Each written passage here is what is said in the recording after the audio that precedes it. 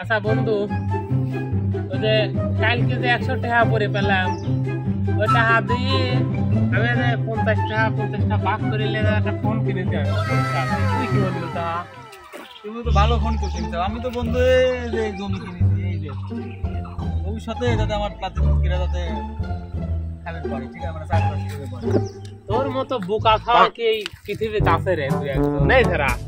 Phone কিনবো, phone কিনে মন কর তুই আমাকে ফোন দিলু বন্ধু, ফোনে আসলাম, আবার তুই ফোন দিলু, আমি করলাম যে আসতেছি।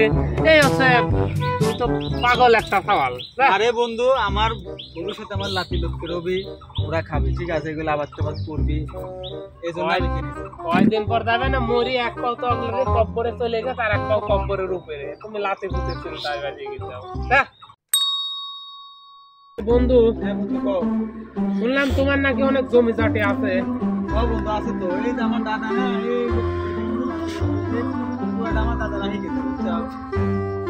হয়তো তোমারও দাদা আর আমারও দাদা সম্বন্ধে এই ফোনটা রাখে গেছিলে, ও চালাইছে, আমার বাপ চালাইছে, আবার আমি চালাচ্ছি।